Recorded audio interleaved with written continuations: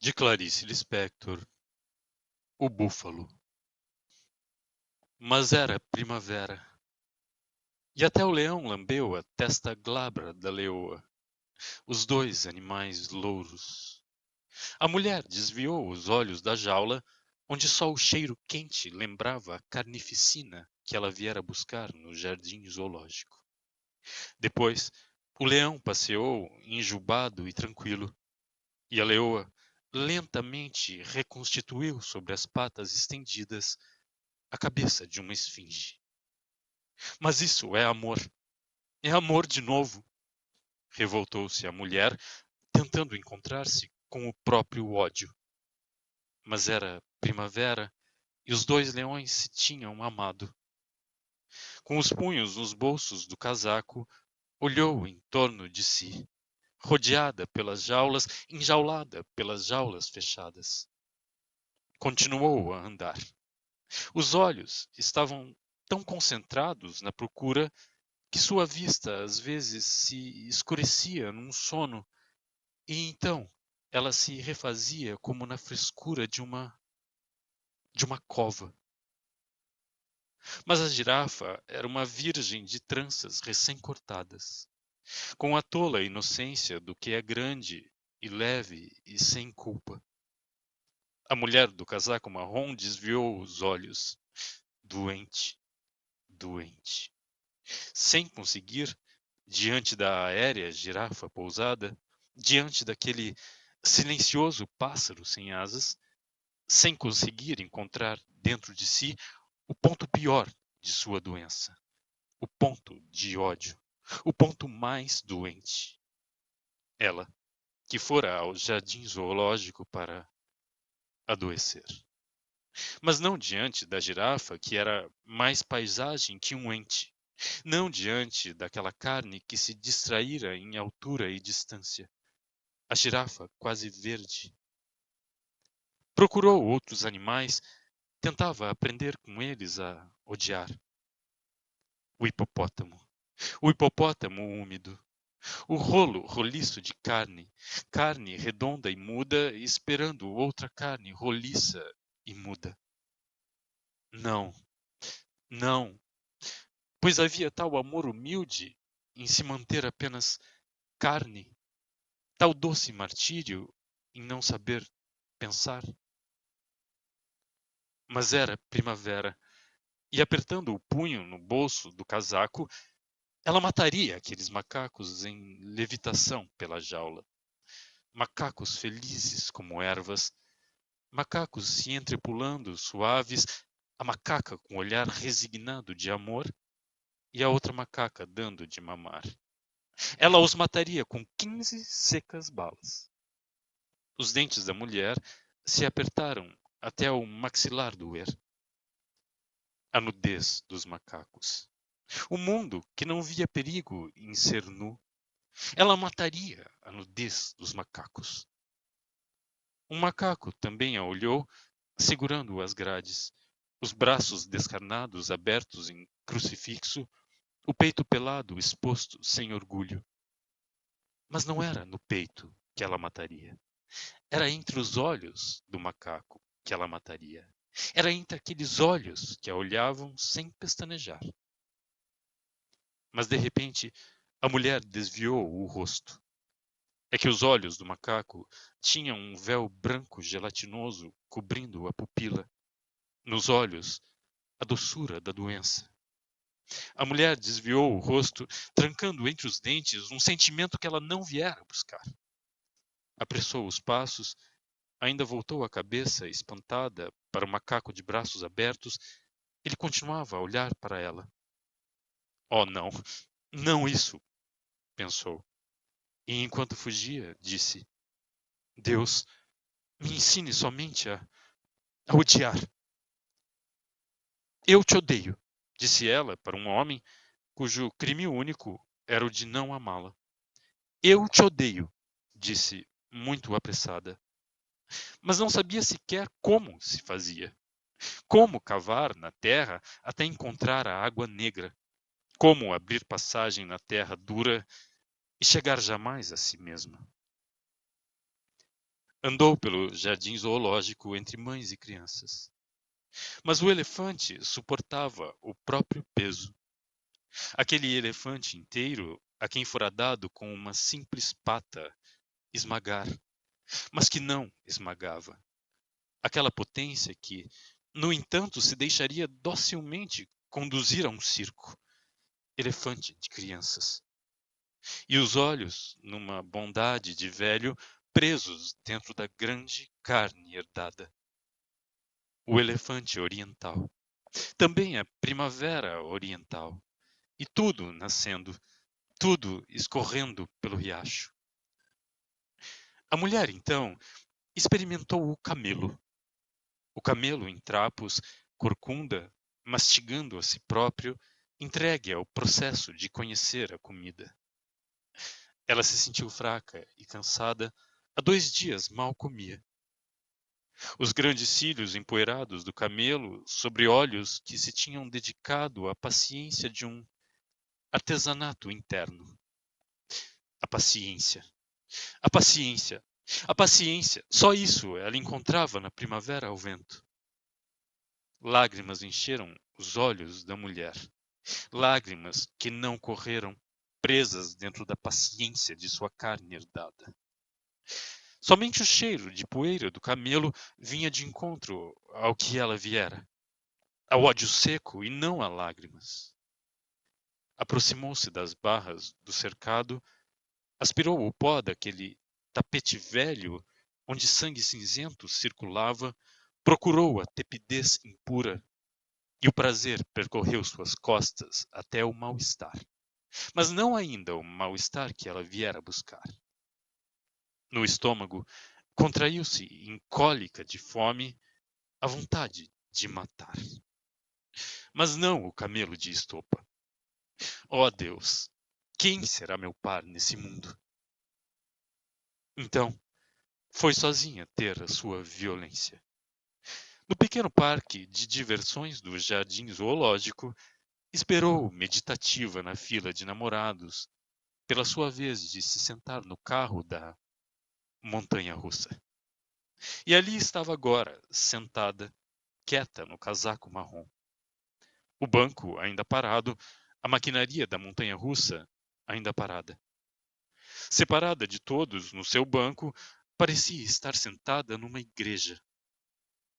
Os olhos baixos viam o chão entre os trilhos, o chão onde simplesmente por amor, amor, amor, não o amor, onde por puro amor nasciam entre os trilhos ervas de um verde tão leve que a fez desviar os olhos em suplício de tentação. A brisa arrepiou-lhe os cabelos da nuca.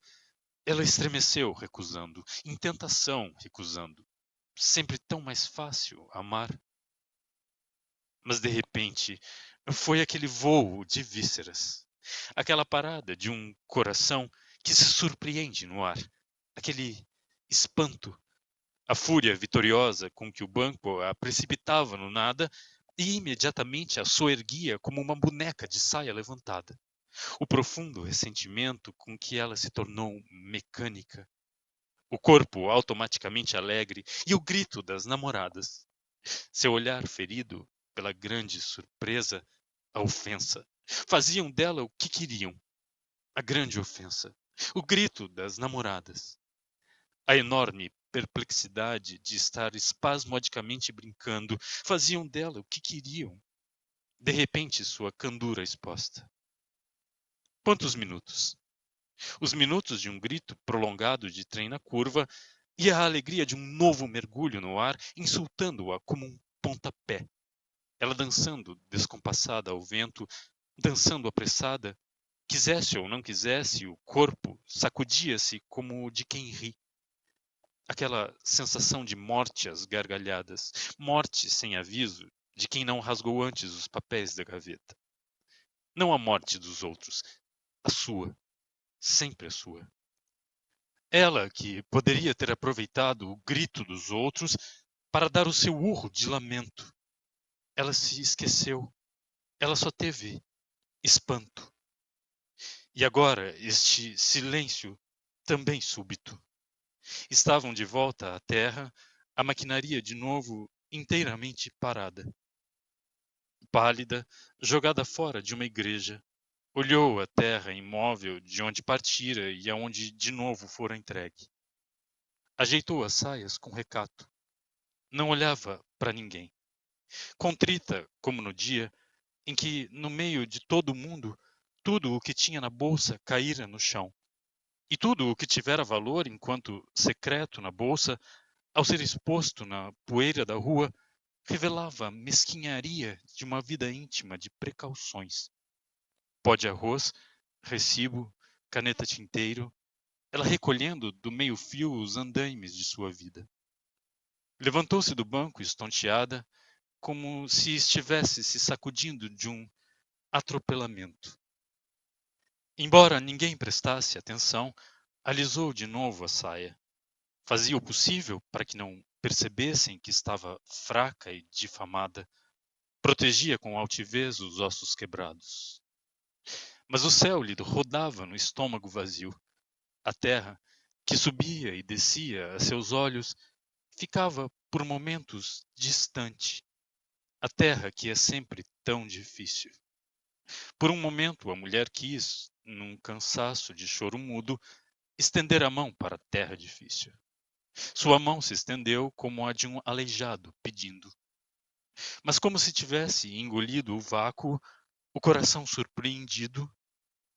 Só isso? Só isso. Da violência, só isso. Recomeçou a andar em direção aos bichos. O quebranto da montanha-russa deixara suave. Não conseguiu ir muito adiante. Teve que apoiar a testa na grade de uma jaula, exausta, a respiração curta e leve. De dentro da jaula, o coati olhou-a. Ela o olhou. Nenhuma palavra trocada. Nunca poderia odiar o coati, que no silêncio de um corpo indagante a olhava. Perturbada, desviou os olhos da ingenuidade do coati. O coati curioso lhe fazendo uma pergunta como uma criança pergunta. E ela, desviando os olhos, escondendo dele a sua missão mortal. A testa estava tão encostada às grades que por um instante lhe pareceu que ela estava enjaulada e que um coati livre a examinava. A jaula era sempre do lado onde ela estava. Deu um gemido que pareceu vir da sola dos pés. Depois, outro gemido. Então, nascida do ventre, de novo subiu, implorante, em onda vagarosa, a vontade de matar. Seus olhos molharam-se gratos e negros numa quase felicidade. Não era o ódio ainda, por enquanto apenas a vontade atormentada de ódio como um desejo. A promessa do desabrochamento cruel, um tormento como de amor. A vontade de ódio se prometendo sagrado sangue e triunfo. A fêmea rejeitada espiritualizara-se na grande esperança. Mas onde? Onde encontrar um animal que lhe ensinasse a ter o seu próprio ódio? O ódio que lhe pertencia por direito, mas que em dor ela não alcançava. Onde aprender a odiar para não morrer de amor? E com quem? O mundo de primavera, o mundo das bestas que na primavera se cristianizam em patas que arranham, mas não dói. Ah, não mais esse mundo, não mais esse perfume, não esse arfar cansado, não mais esse perdão em tudo o que um dia vai morrer, como se fora para dar-se. Nunca o perdão. Se aquela mulher perdoasse mais uma vez que fosse, sua vida estaria perdida. Deu um gemido áspero e curto, o coati sobressaltou-se, enjaulada olhou em torno de si e, como não era pessoa em quem prestassem atenção, encolheu-se como uma velha assassina solitária. Uma criança passou correndo sem vê-la. Recomeçou então a andar, agora apequenada, dura, os punhos de novo fortificados nos bolsos a assassina incógnita. E tudo estava preso no seu peito. No peito, que só sabia resignar-se, que só sabia suportar, que só sabia pedir perdão, só sabia perdoar. E só aprendera a amar, a amar, a amar. Imaginar que talvez nunca experimentasse o ódio de que sempre fora feito o seu perdão fez seu coração gemer sem pudor. Ela começou a andar tão depressa que parecia ter encontrado um súbito destino. Quase corria, os sapatos a desequilibravam e davam-lhe uma fragilidade de corpo que de novo a reduzia à fêmea de presa. Os passos tomaram mecanicamente o desespero implorante dos delicados. Ela, que não passava de uma delicada. Mas, pudesse tirar os sapatos, poderia evitar a alegria de andar descalça? Como não amar o chão em que se pisa? Gemeu de novo, parou diante das barras de um cercado, encostou o rosto quente no enferrujado frio do ferro. De olhos profundamente fechados, procurava enterrar a cara entre a dureza das grades. A cara tentava uma passagem impossível entre barras estreitas, assim como antes vira o macaco recém-nascido buscar na cegueira da fome o peito da macaca. Um conforto passageiro veio-lhe do modo como as grades pareceram odiá-la, opondo-lhe a resistência de um ferro gelado. Abriu os olhos devagar. Os olhos, vindos de sua própria escuridão, nada viram na desmaiada luz da tarde. Ficou respirando. Aos poucos recomeçou a enxergar.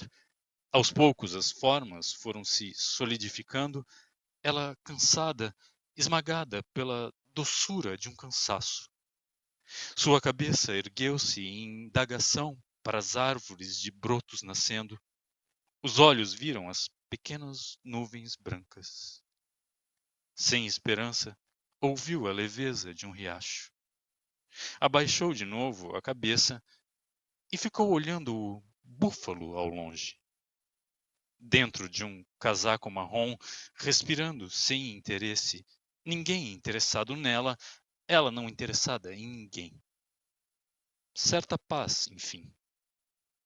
A brisa mexendo nos cabelos da testa, como nos de pessoa recém-morta, de testa ainda suada. Olhando com isenção aquele grande terreno seco, rodeado de grades altas, o terreno do búfalo. O búfalo negro estava imóvel no fundo do terreno. Depois, passeou ao longe com os quadris estreitos, os quadris concentrados. O pescoço mais grosso que as ilhargas contraídas. Visto de frente, a grande cabeça mais larga que o corpo impedia a visão do resto do corpo como uma cabeça decepada. E na cabeça, os cornos.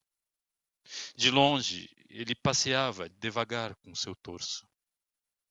Era um búfalo negro. Tão negro que à distância a cara não tinha traços. Sobre o negror, a alvura erguida dos cornos. A mulher talvez fosse embora, mas o silêncio era bom no cair da tarde. E no silêncio do cercado, os passos vagarosos, a poeira seca sob os cascos secos.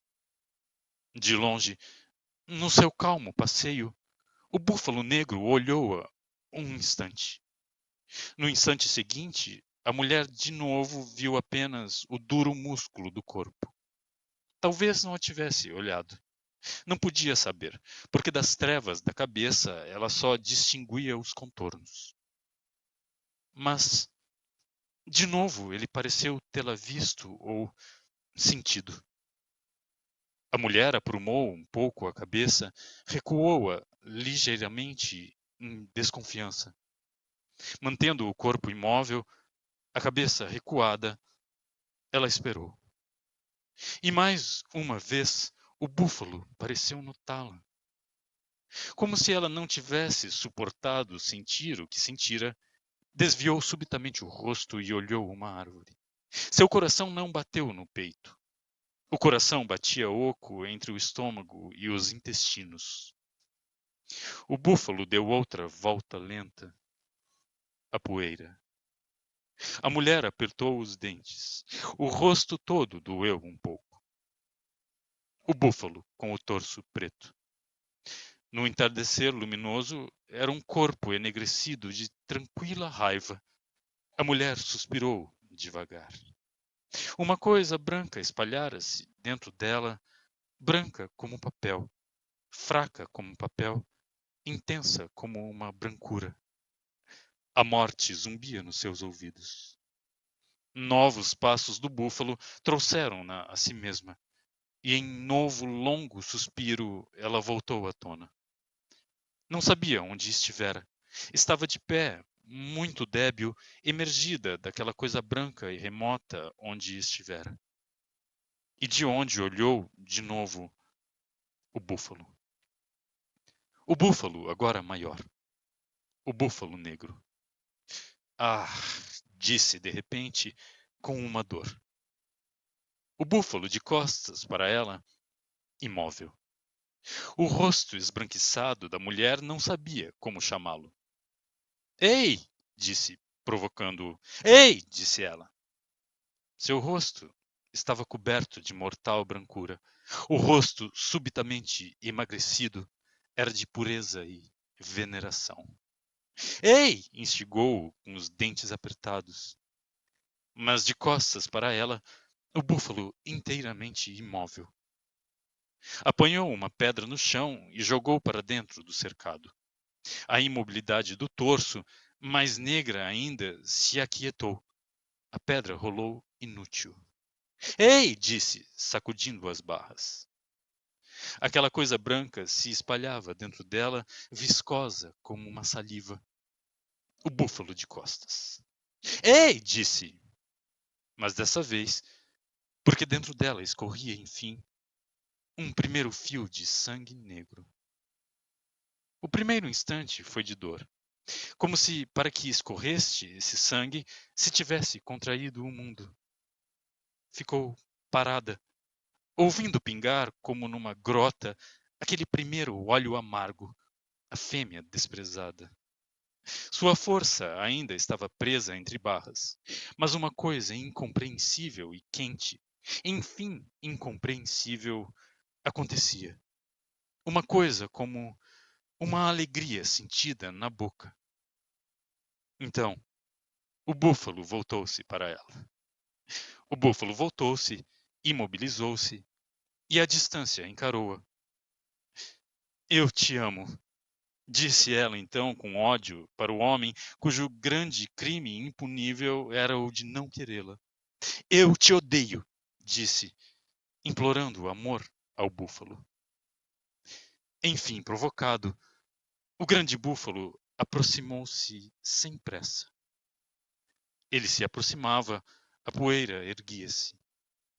A mulher esperou de braços pendidos ao longo do casaco. Devagar, ele se aproximava. Ela não recuou um só passo, até que ele chegou às grades e ali parou. Lá estavam o búfalo e a mulher, frente a frente. Ela não olhou a cara, nem a boca, nem os cornos. Olhou seus olhos. E os olhos do búfalo, os olhos olharam seus olhos. E uma palidez tão funda foi trocada que a mulher se entorpeceu dormente, de pé, em sono profundo.